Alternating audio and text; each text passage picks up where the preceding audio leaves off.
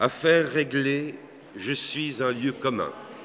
Une histoire courte dans un passé récent, une géographie plane dans un paysage sans accident, une parole vive dans un silence ardent. Affaire réglée, je suis un corps embrouillé d'organes et de flux déraisonnables, une épopée dans un temps sans histoire, une vague perdue dans ses remous, le dommage collatéral d'une lignée enfouie dans des jeunes dispersés. Affaire réglée, je suis un lieu commun, pas un cliché, pas une chose indistincte, emportée dans un temps soumis à la durée. Un lieu commun, une zone affranchie de ses frontières anciennes, un passage obligé pour rejoindre le peu d'humanité que je crois préserver dans des allures altières.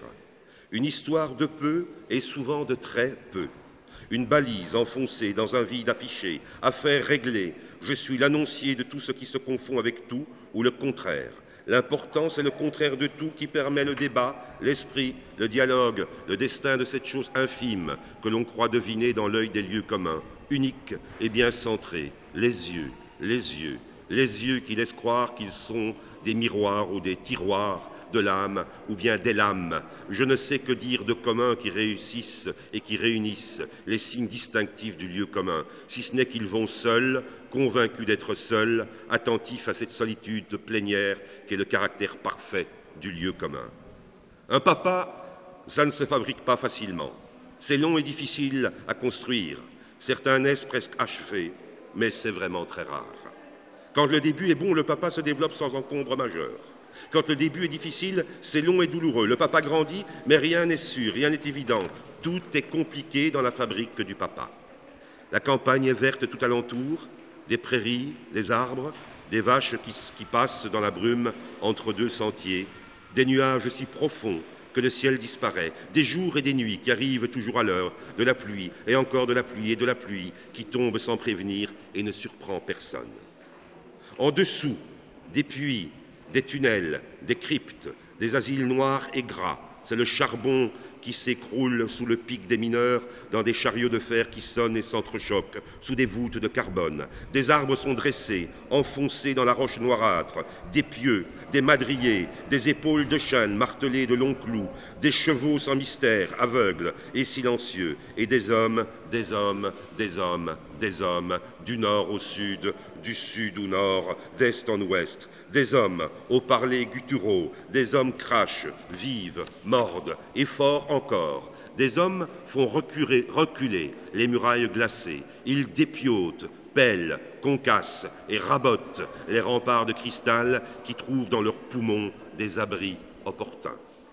On s'assied et on pense, on croit que le monde est en nous et que nous y avons place. Et soudain, rien, un détail, une nappe mal tirée qui tombe sur le coin d'un fauteuil. Soudain, le brouillard envahit la place, la forteresse est vide, les corps gisent épars tout autour des fontaines, certains se tiennent la gorge, d'autres laissent leurs yeux s'envahir de lait. Le silence est parfait, le cœur et les poumons, le vent au loin par-delà les terrasses, le souffle du trafic sur le périphérique, la voix dure du père et les lamentations de la mère complice, tout s'arrête et flotte un instant dans l'air. On sait alors que le temps ne finira jamais, qu'il a sa place en nous, qu'il la prend chaque jour pour que la nuit disperse ces théories de monstres et de fantômes patiemment construits dans la glaciation des heures et des heures perdues. On sait alors cela, conformément à ce que sa mère lui avait dit quand il était encore enfant. Tu ne seras jamais aimé des femmes. Il parlait la seule langue qu'il connaissait, celle des abandons et des faillites pitoyables. Il passait d'un cœur à l'autre pour s'en autoriser les corps. Tu as le choix entre porno et charité. En dessous, t'as plus rien. T'es qu'une clette, une crotte sur le trottoir des pauvres. T'es le moins que rien des chiures d'avant, quand c'était encore possible d'y croire, de faire comme si c'était réel, cette différence entre moisi et cramé. Cette différence que tu croyais reconnaître avant, quand tu étais dans les bons jours, que tu n'avais pas eu ta part de racine, ta part de sale jus, ton compte de décompte. Mais rien ne me fera céder, rien. Tout est affaire de clarté, de justesse, de justice, rien.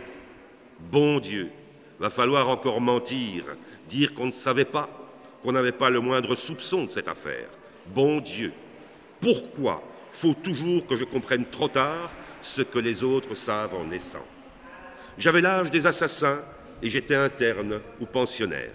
Je n'ai jamais choisi l'étiquette, m'importait peu. Seul comptait l'éloignement, la mise à l'écart, l'abandon organisé.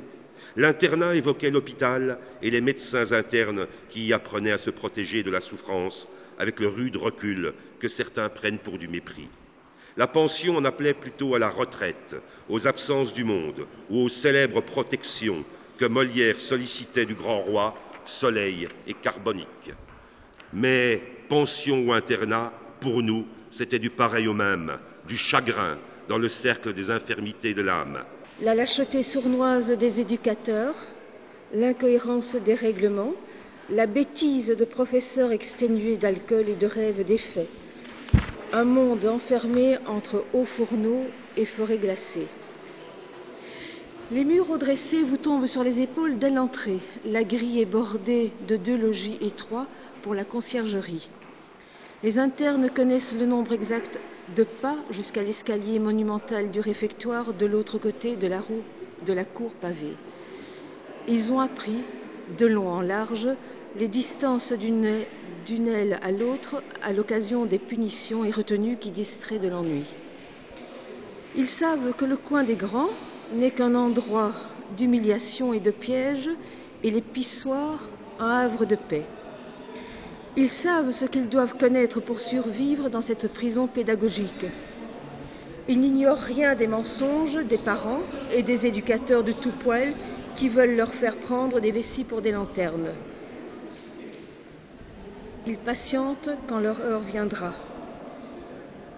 Je suis décidée à m'enfuir, à faire le mur et à ne plus réapparaître. Je cache des vêtements de semaine en semaine. Je vole de la nourriture. Je grappille un peu d'argent en vendant des barres de chocolat à la sauvette, à la récréation. Je rêve chaque nuit à la forêt toute proche où je pourrais m'enfuir et ne jamais revenir. Je m'imagine en Robinson au milieu des fougères. Je me prépare à partir. Enfin, partir. Mélancolie, images, clichés, odeurs, tout est cerclé de pluie. Et un souffle de vent me fait souvent perdre la tête. Je respire mieux. Je me livre tout entier au clapotis de l'air, de ma gorge au poumon. Ça siffle, ça embrouille, le souffle direct. Ça se disperse autour des bronches, ça racle, ça arrache. Ça passe mal, mais ça y est, ça vient de faire le plein. On est à nouveau bordé de bruissements, légèrement humides, on renacle. On expire le temps de se reprendre, ça continue, ce rythme qu'il faut parfois briser. Laisser faire la vitesse, la peur, l'accélérer soudain de l'orchestre du sang. Ça grouille de partout. Les enchaîner se font bien malgré notre désir de grammaire et de ponctuation. Un souffle meurt en vain. Il se nourrit de sa disparition, il fore dans le profond. Là, dans les caves basses, ça gémit un peu. Parfois, c'est douloureux. Cette métamorphose du peu en feu, cette flambée de chaud qui passe sur le voile des sanilles et des gémissements. Ça nettoie la langue, les ratés inaudibles, les mots tombés dans la désuétude de l'âge, le crachet hasardeux des anathèmes tout racornis dans la béate admiration du monde, du peu qui se dilate en feu, qui ne veut que s'éteindre, et contre la vitre, dehors, des brassées d'inquiétude qui sèchent dans les arbres et tombent en miettes au pied froid des immeubles. Et quand il perdit la parole, il sentit venir en lui une mélancolie sans limite, comme une eau envahissant les eaux, quelque chose qui ne pouvait plus sortir ni entrer, immobile entre les eaux, où le sombre se mêle à l'éclatant, et c'est à cet endroit le plus déserté que la parole se tapisse et qu'il ne reste rien quand les aboiements se taisent.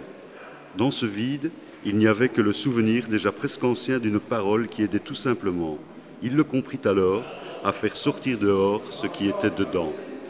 Il regarda le monde absent de tout bruissement, les arbres figés, le ciel qu'on voit plus, le soleil déjà froid, la terre qui se rapproche et que l'on sent déjà en soi, voilà ce qu'il voyait. En voyant tout cela, il voulut en dire à nouveau la beauté, ce très léger mouvement qui le ramenait à lui et lui prenait la main. Il y avait au bout de ses doigts fouillant le sein doux quelque chose qui manquait, et plus il palpait son ventre, réticent, moins il comprenait ce qu'il lui faisait du ventre, il passa à la jambe, puis à l'autre, il se palpa le bras, le torse, la nuque, les yeux, les tempes, le front et le dessus du crâne. Il n'y avait plus de mots pour lui dire ce qu'il était en train de découvrir, sans même s'en rendre compte. La graisse avait tout absorbé, des virgules çà et là traînaillaient, mais le gros de la langue avait été dissous.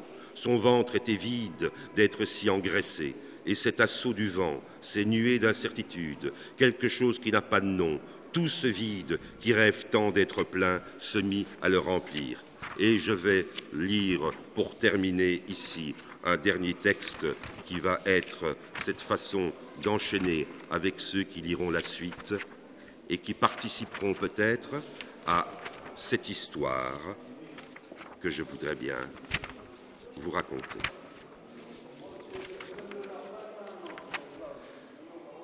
Ma vie, mon enfance, ces souvenirs éloignés comme des poussières volant dans l'atmosphère, ces petites particules de mémoire flottante, ces histoires de liens rompus et usés jusqu'à devenir poussière lumineuse et flammèche dans le ciel, ces quatrains de misère ou de gloire, ces amours emportés dans la poussière éparse, tout ça a valu son pesant de monnaie, sa poignée de billets, ses retraits nocturnes, de contes amaigris, et tout encore n'a pas grande importance en regard de ce qu'il faudrait dire ici.